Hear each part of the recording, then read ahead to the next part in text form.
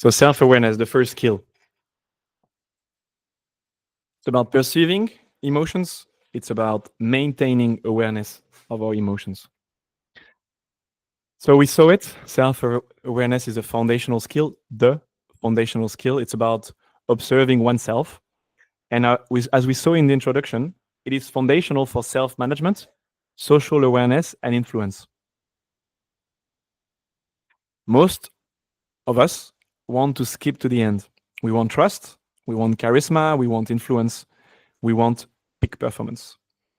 But that's the end part. That's the level 3. To get to level 3, you want to build level 2, social awareness and self-management. And to get to, you want to build level 1, self-awareness.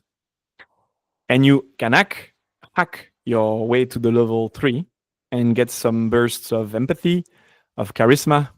You can influence others and you can even have peak performance. But the bursts won't change your average behavior. It won't change your average state. And it won't give you trust long term. In order to be trusted, you need consistency. And in order to be consistently great, you want to build the wall from the ground up, from its foundations and its self-awareness. So there's self-awareness of emotions. There is basically what you're aware of consciously. I would argue that's the only kind of awareness you have, true awareness. And that's when you know, that's when you embody, feel the emotions. There's what you feel unconsciously. And gut feeling would be the feeling consciously, not the feeling unconsciously. So feeling unconsciously would be everything that you can't register consciously, but happens in your body or even in your movements. It doesn't have to be something hidden from others.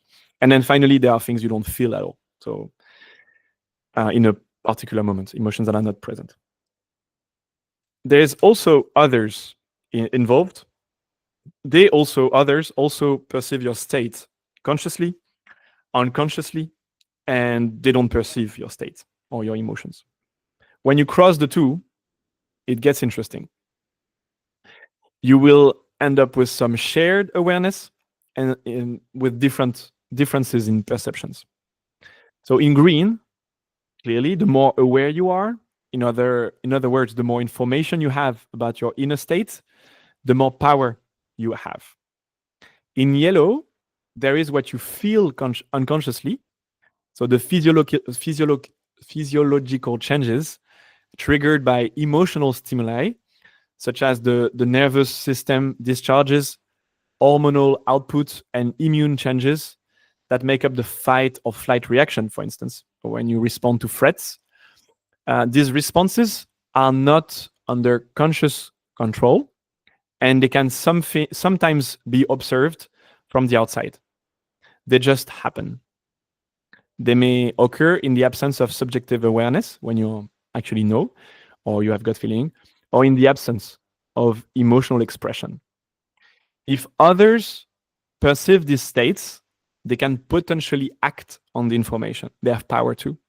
So coaching, counseling, therapy can help us dig into areas where we lack awareness, but others have this awareness, and you use this relationship to bring these emotions to light. You allow someone to help you in your blind spot. When you are unconscious of your states, of your emotions, of your behaviors, this power, which I talk about through a positive example, can be used against you. And in red, other people can feel consciously or unconsciously emotions you don't even feel. So that's the last column is I think the most dangerous one. It typically happens when people come from different cultures. People misinterpret the cues that they see because they lack context. So the emotion is imagined, but the effect on relationships and projects is real. So those 3 columns are very interesting. The case is made for feeling more consciously. So how do you feel now? If you can answer out loud, although I can't hear you, obviously, how do you feel? You can pause this video check in. I don't know how long it will take you. Maybe just more than just 5 seconds. How do you feel now?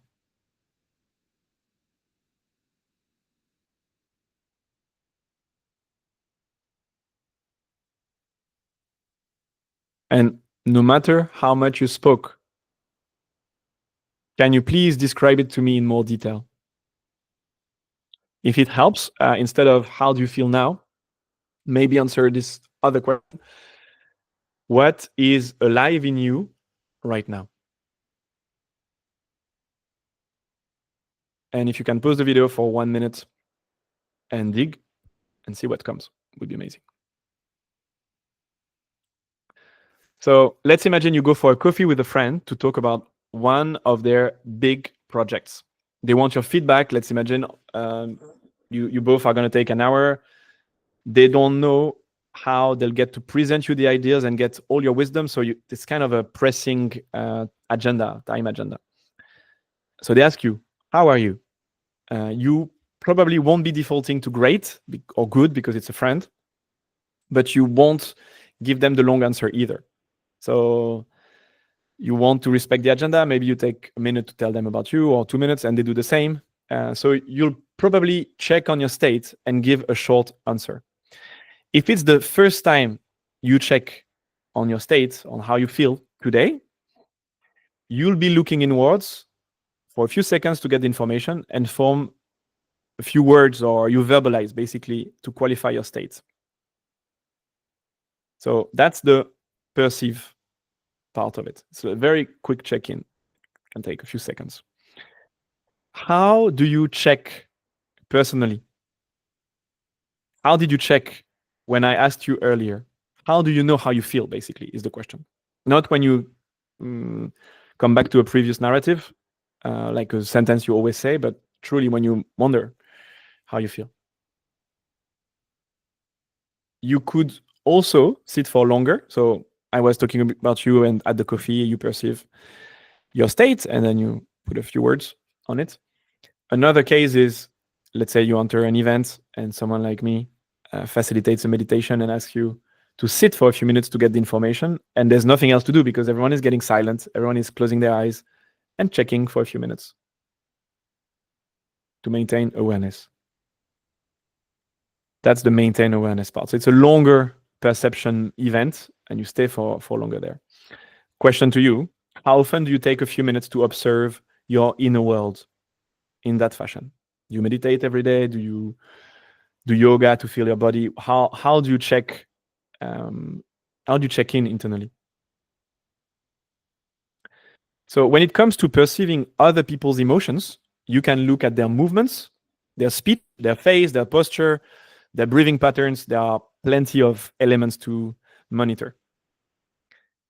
Where, how do you feel your emotions in your body, basically? So when it comes to perceiving your inner world, the easiest and what is accessible to everyone is bodily sensations. Then once you went through, let's say, a body scan, then you can move into the emotional synthesis that happens and the associated thoughts.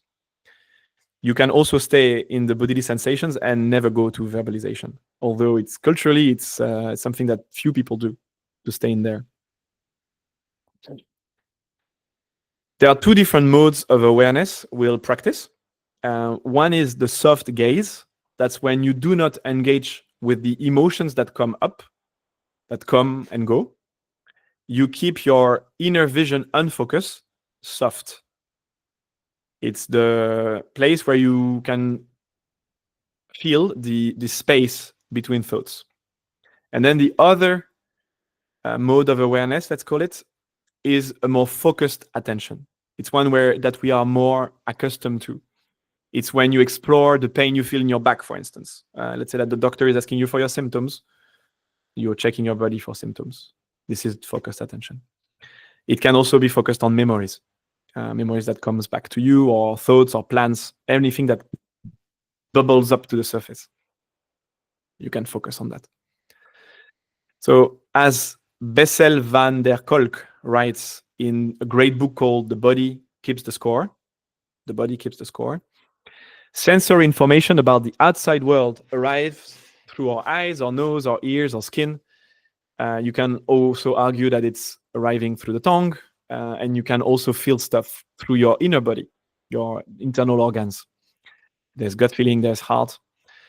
So these sensations all converge in the thalamus, an area inside the limbic system that acts as the cook within the brain. The thalamus steers all the input from our perception into a fully blended autobiographical soup, an integrated, coherent experience of this is what is happening to me. The sensations are then passed on in two directions. Down to the amygdala, two small almond-shaped structures that lie deeper in the limbic unconscious brain, and up to the frontal lobes, where they reach our conscious awareness. The neuroscientist Joseph Ledoux calls the pathway to the amygdala the lower road, which is extremely fast, and that to the frontal cortex, the high road, which takes several milliseconds longer in the midst of an overwhelmingly threatening experience. The central function of the amygdala, which I call the brain smoke detector, is to identify whether incoming input is relevant for our survival.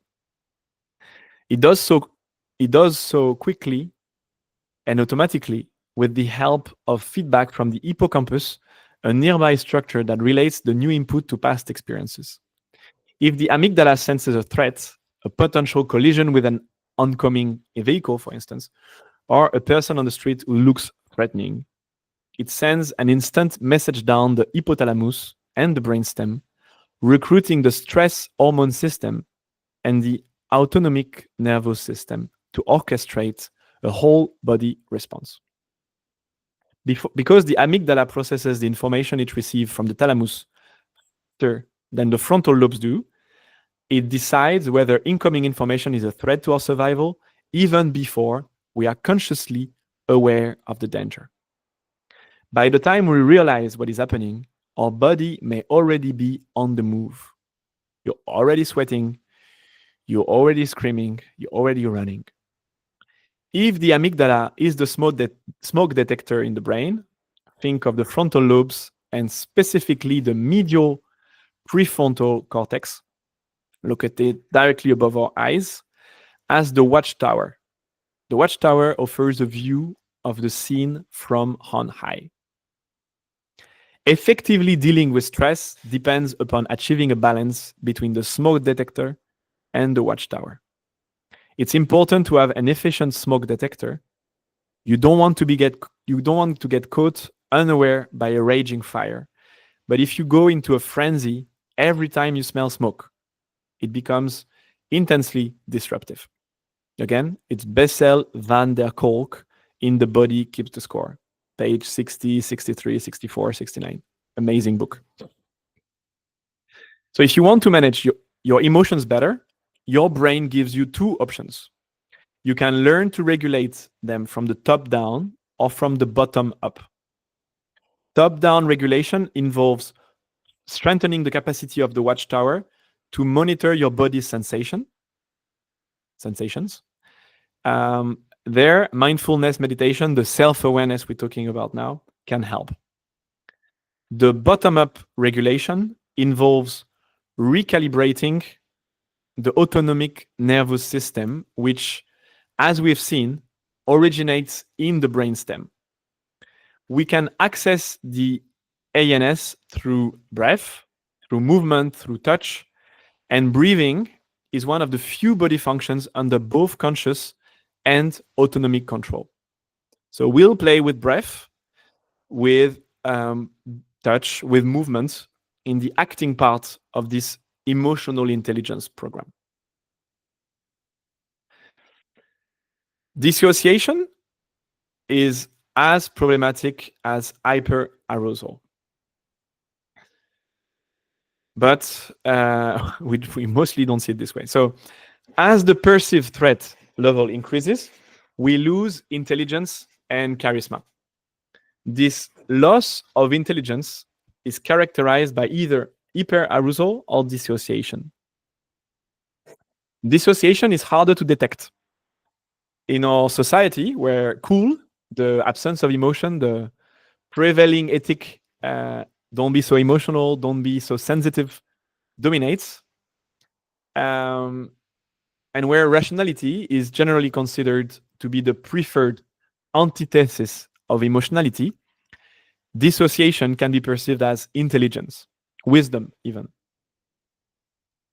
But dissociation can lead to more intense hyperarousal episodes.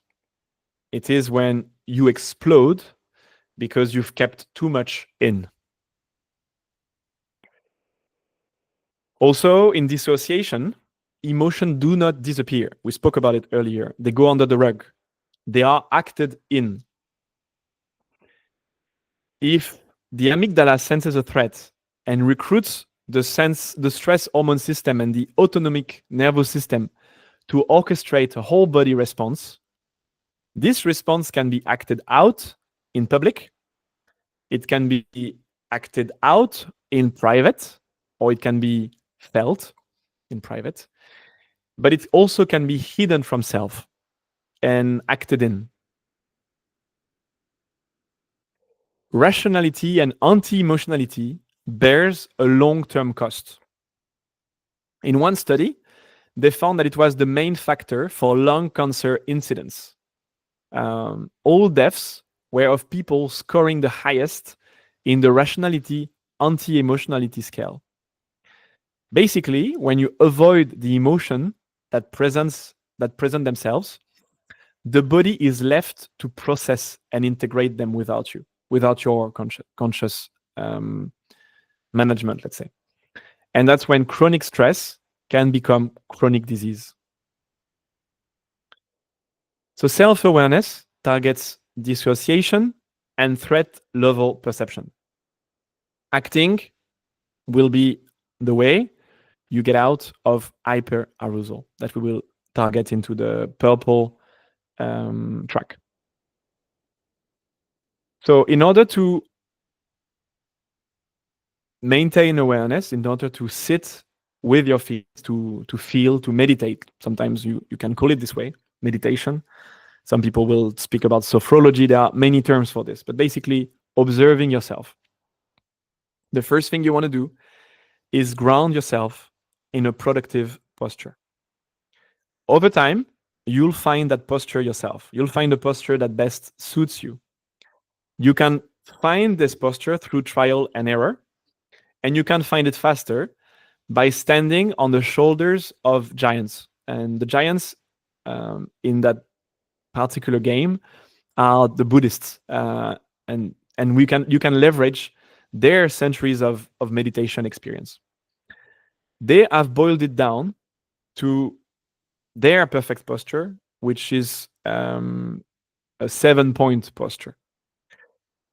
And the following I'm going to read is based on material from Kathleen MacDonald in a book published in 1984 by Wisdom Publications.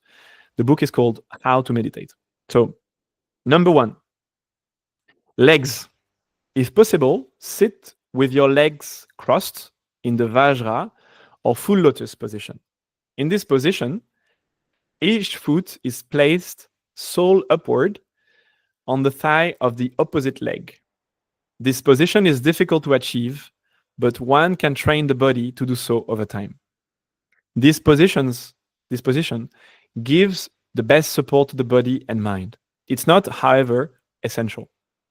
An alternative position is the half lotus position, where one foot is on the floor under the opposite leg and the other foot is on top of the opposite thigh. A third alternative is simply sitting in a cross-legged position with both feet resting on the floor under the opposite thighs. So, sitting on a firm cushion raises the buttocks higher than the knees, can help you.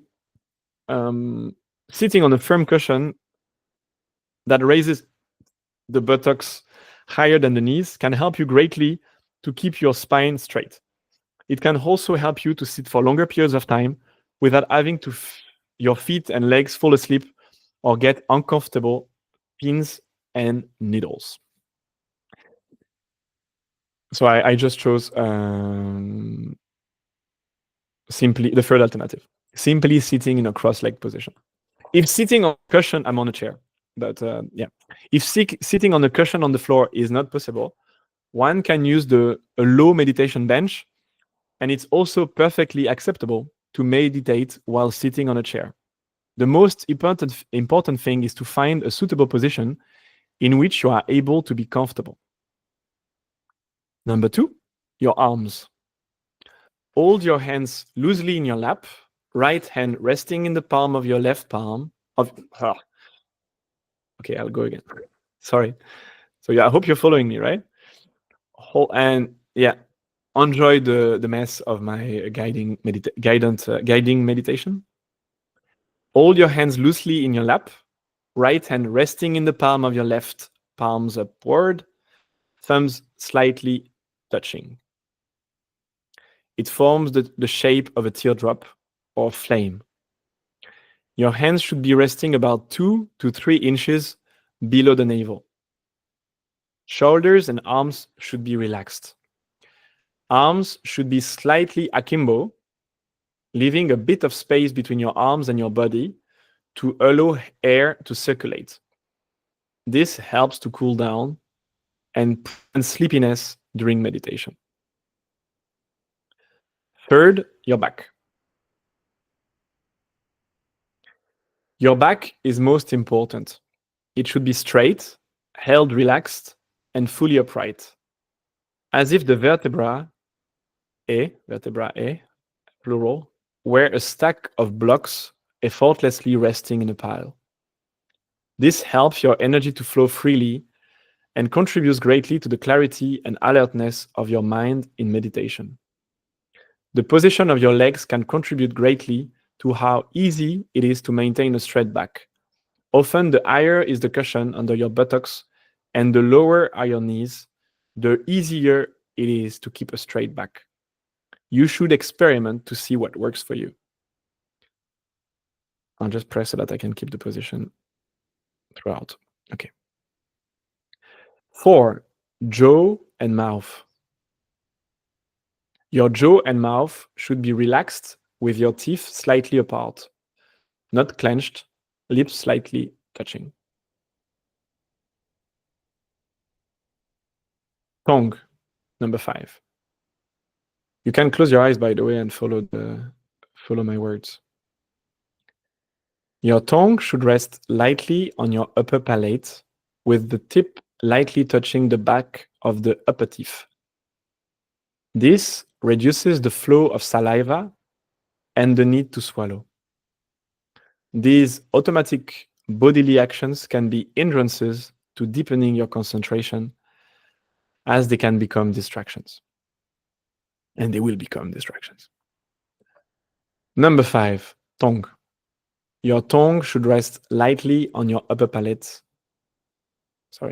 6, eyes.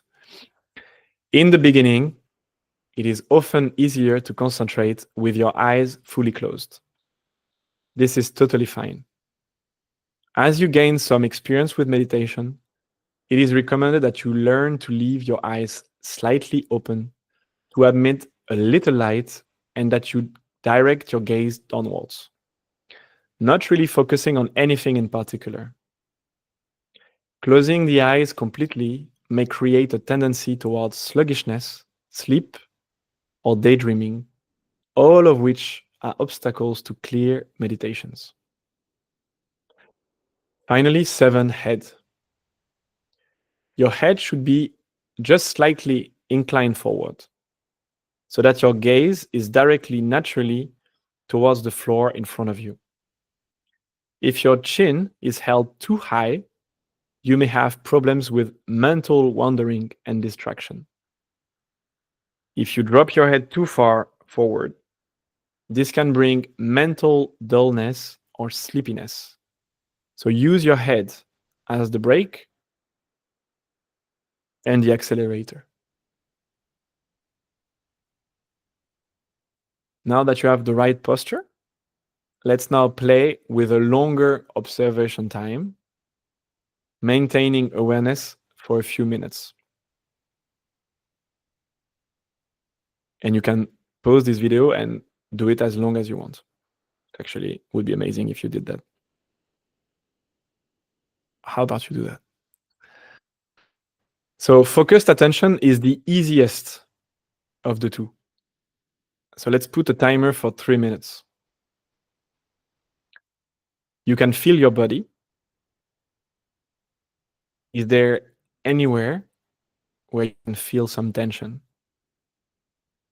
Feel that area and stay there. Alternatively, you could see whether there's any tension in your life at the moment and feel that area. But to make it easier, stay with the body. Stay with long enough. It might even dissolve for a bit. So where do you have tension? And stay there. I'll let you know when it's 3 minutes.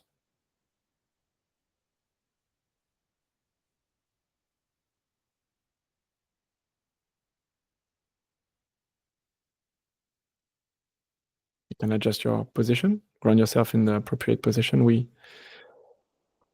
went through before. Adapt your gaze or the inclination of your head. Relaxed, straight back.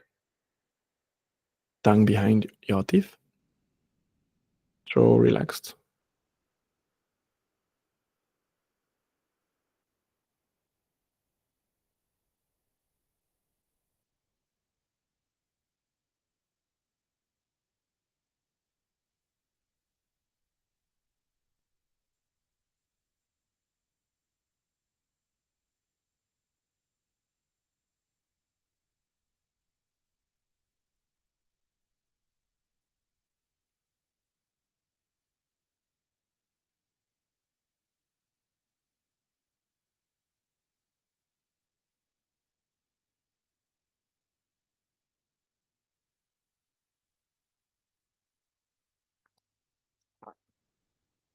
When your mind wanders, go back to that area of tension in the body.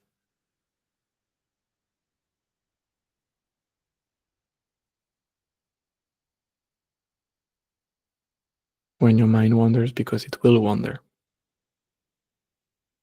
don't worry.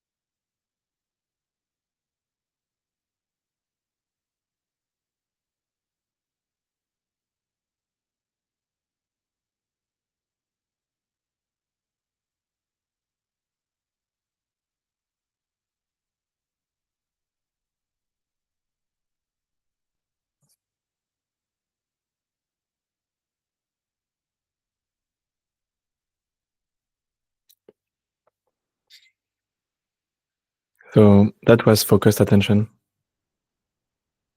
on attention in the body. You can play with that a few times. Now, on the other hand of the spectrum, there is soft gaze. Counterintuitively, the soft gaze is easiest to access, to have when you focus your attention. So let's take 5 minutes to experience this counterintuitive experience yourself. So concentrate on your breath in the area of your nose. Let's say the triangle that is formed by the lip, upper lip, the top of the nose. Things will come up and they will come and go. bring your attention back to the breath throughout this meditation. Maintain the posture. When you do this, you have a focused concentration on the breath and the triangle. So feel the sensations basically in that triangle, body sensation in that triangle. And you will have a soft gaze on the rest. So everything else, your thoughts, the rest of your body, the room around you will be on the soft gaze. So don't focus on the rest. You will basically get your attention caught by the rest, but always bring it back to this area, the triangle, so that you can experience the soft gaze indirectly. So you can do that for 5 minutes. There's another one. So maybe, let's do this one, and the other one you'll just know about it, and you can do it on your own after. So go back to the position. Again, the most important levers, let's say, thinking that you probably kept the same posture for the arms, your legs, the back straight but relaxed, jaw and mouth relaxed, lips closing but tight slightly, tongue behind your teeth in the palate, eyes looking downwards, slightly open if you can, or closed completely, and then the head falling if you want to have less thoughts, up high if you need to wake up. In 5 minutes, usually it's more about calming down than it is about staying awake. But you never know, maybe you're super tired. So let's focus on this area between the triangle between the upper lip and the top of the nose. Let's feel all the sensations there as we breathe in and breathe out. You should be feeling the air on your skin just above the lip. You can feel your nose as well. Inside the nose.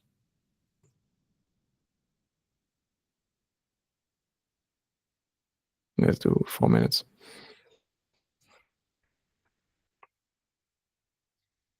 You'll be distracted. Your attention will go somewhere else. Always bring it back to that area above the upper lip and the nose, the triangle.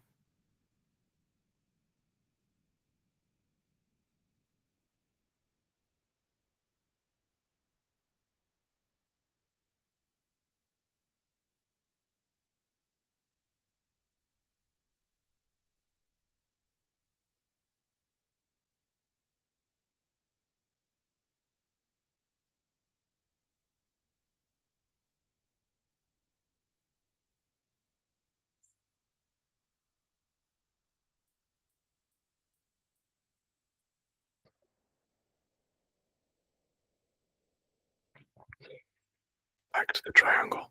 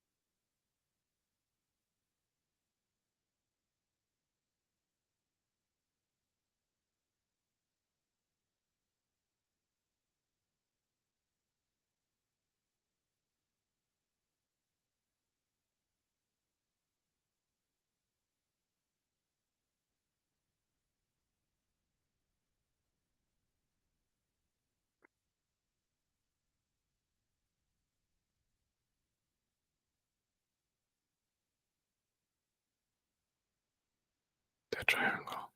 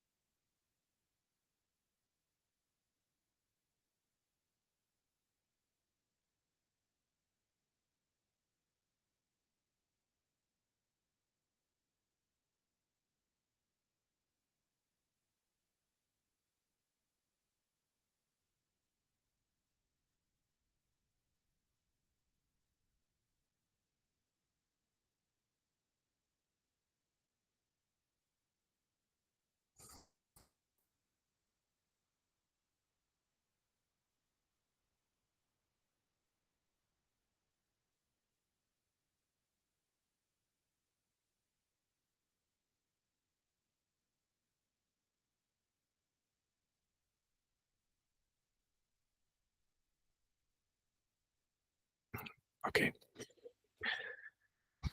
So we chose this triangle area. And if you do a Vipassana course, that's what you'll play with, this triangle and a smaller one.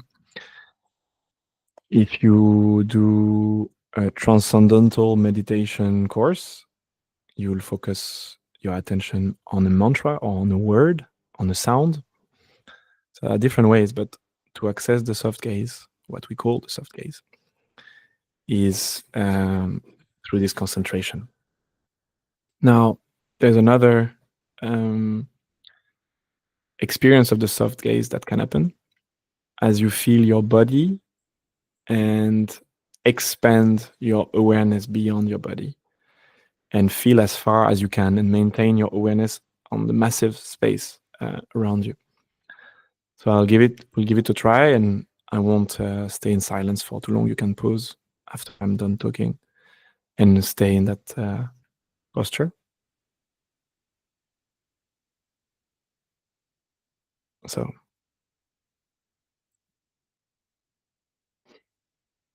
let's give it a try. So visualize someone you love dearly. It can be a family member, maybe it's a friend, maybe it's a pet, someone you truly want to wish beautiful things for the year, someone you want to see happy. Feel this love for this person in your chest. Expand this love from the chest to your entire upper body, and you grow from there.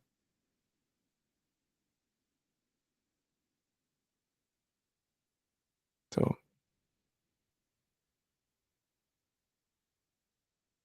maybe remember a memory with that person. Connect to that feeling first, and then you expand.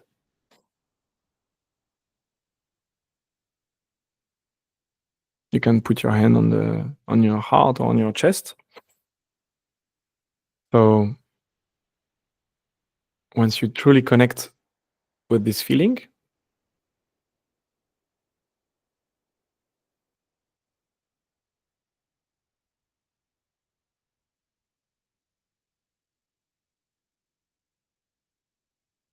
so have this love englobe your entire body, wash over you. Have this love radiate to the room you're in. If you're looking at me, just close your eyes, by the way. Let it expand to your entire home.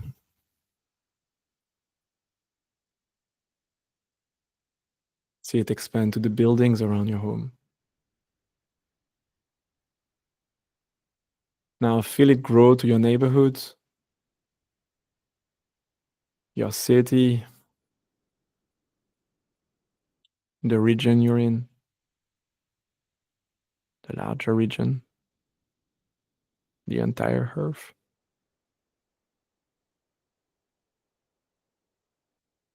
See the earth glow,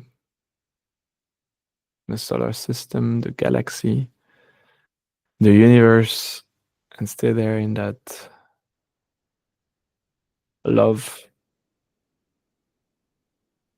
all around you. Everything you can be aware of at the same time is within that soft gaze, and you can stay there.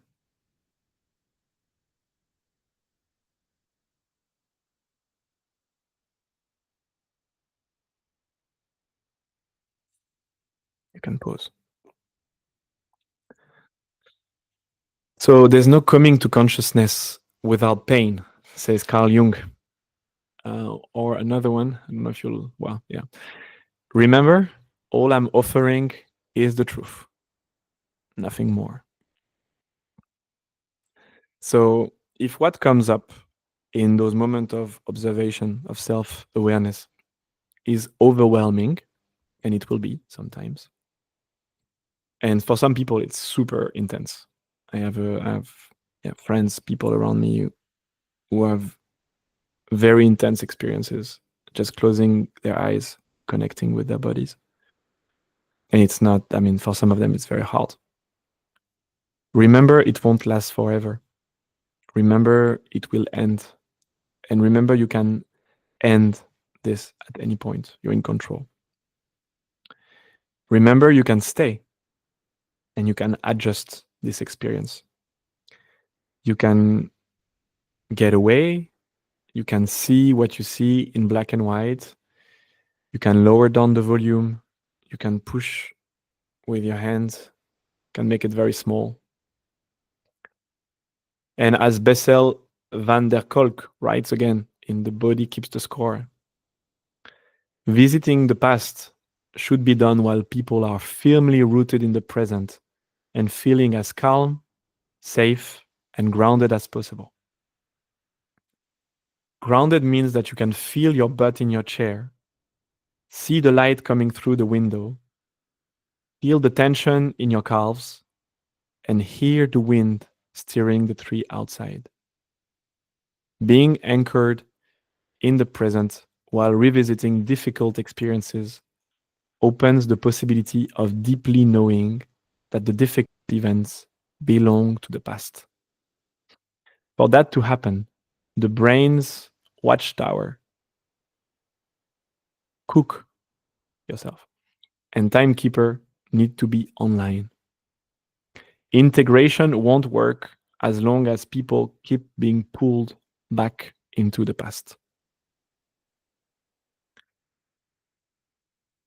Avoiding feeling the negative sensations in our bodies actually increases our vulnerability of being overwhelmed by them.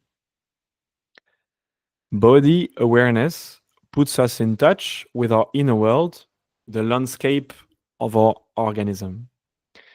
Simply noticing our annoyance or nervousness or anger or anxiety immediately helps us shift our perspective and opens up new options other than our automatic, habitual reactions. Self-awareness, mindfulness, puts us in touch with the transitory nature of our feelings and perceptions. When we pay attention to our bodily sensations, we can recognize the flow of our emotions, the coming and going, and with that, increase our control over them. Again, it was Bessel van der Kolk. The body keeps the score. What you resist persists. It's a funny meme. Everything will keep you away from the meditation cushion. There will be more pressing matters that will call for urgent action at the time of your meditation. You'll be too tired to wake up early, too busy to make time in the afternoon. Once on the mat, you'll hear the neighbors or a fly or both. Your moment of peace will be always ruined for some reason, and you'll feel tired. You'll start falling asleep, no matter how high you keep your head up. Distractions, drowsiness. My teachers said my ego was resisting me getting free. What is clear is that it's hard for everyone. Your experiences of meditation are no different from everyone else's. And to get the point across, one of my teachers told us once that despite being a Buddhist nun in a monastic environment, she had to fight with herself every night every night and every morning to prepare her clothes, her meditation cushion, and jump to the mat as soon as she woke up to avoid getting distracted. She also said that if you open your eyes during a meditation, everyone else would look so peaceful on the outside, but everyone is actually battling with the same fly, the same uncomfortable position, the same drowsiness, the same distracting thoughts. And everything you will resist will persist. So don't resist, delve into it. And I'll finish with this. Rather than being your thoughts and emotions, be the awareness behind them. And if you kept your eyes closed, which would be amazing, Until now, this was from Eckhart Tolle, and the meme is, or the visual is actually beautiful. I let you enjoy it. Thank you for your time. See you in the next one.